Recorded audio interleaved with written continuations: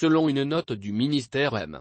Sanou en charge de l'économie et des finances, publié le 14 septembre 2021, le projet de budget au titre de l'exercice 2022 a été arrêté à 2130,7 milliards FCFA en recettes et à 2748,3 milliards FCFA en dépenses.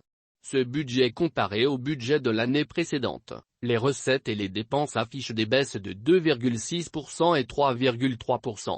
Cependant, il faut en outre noter que le budget 2022 présente un déficit budgétaire global de 617,56 milliards FCFA en diminution de 5,42%. Ce budget est essentiellement constitué des ressources internes et répond aux besoins des populations notamment en termes de sécurité et justice ainsi que de réformes politiques et institutionnelles, a relevé Choguel Maïga, Premier ministre du Mali.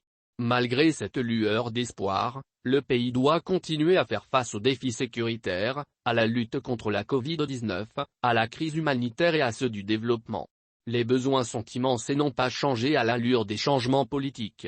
Le pays a fait face à des problèmes ayant engendré les contestations du M5 dont la conséquence a été le renversement du président Ibrahim Boubacar Keïta. Une crise est venue s'ajouter à l'insécurité régnant dans le pays depuis 2012. Pays essentiellement agro-pastoral, il a été à l'instar des autres pays affectés par la propagation de la pandémie du coronavirus, Covid-19, qui n'a pas seulement un impact négatif sur la santé humaine. L'agriculture paye également le plus lourd tribut.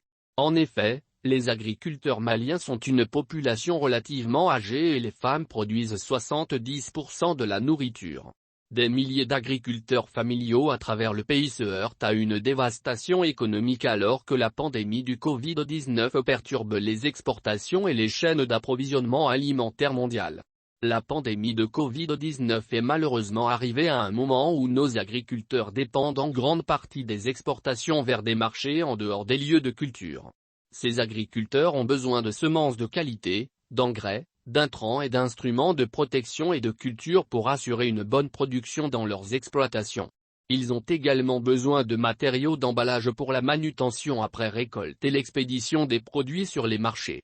Actuellement, il y a une perturbation mondiale des chaînes d'approvisionnement, ce qui affecte l'importation d'intrants agricoles en provenance d'Asie, d'Europe, du Moyen-Orient et d'autres régions. Si la situation persiste et qu'ils ne sont pas en mesure de recevoir des expéditions d'intrants de la Chine et d'autres pays, la situation deviendra désastreuse. Il y a une grande inquiétude quant à l'impact de la pandémie sur les agriculteurs et la main-d'œuvre agricole. Les agriculteurs maliens étant un groupe démographique relativement âgé, et les tendances montrent que le Covid-19 a un degré de gravité beaucoup plus élevé parmi les groupes d'âge plus âgés. Il y a donc certainement un risque que si la pandémie frappe le milieu rural, de nombreux agriculteurs seraient à haut risque et cela affecterait la production.